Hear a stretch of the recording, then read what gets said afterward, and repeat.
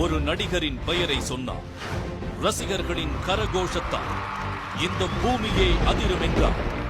அதுதான் இவரின் பெயர். இவரின் ஒவ்வொரு அசைவிற்கும் பின்னால் விசில் சத்தம், வெடிச்சத்தம் என்று கைத்தட்டல்கள் விண்ணை பிளக்கும் என்றார். அதுதான் இவருக்கான அடையாளம். தல என்கிற ஒரு சொல். பங்காளிகளா, அடிச்சு தூக்கலாமா?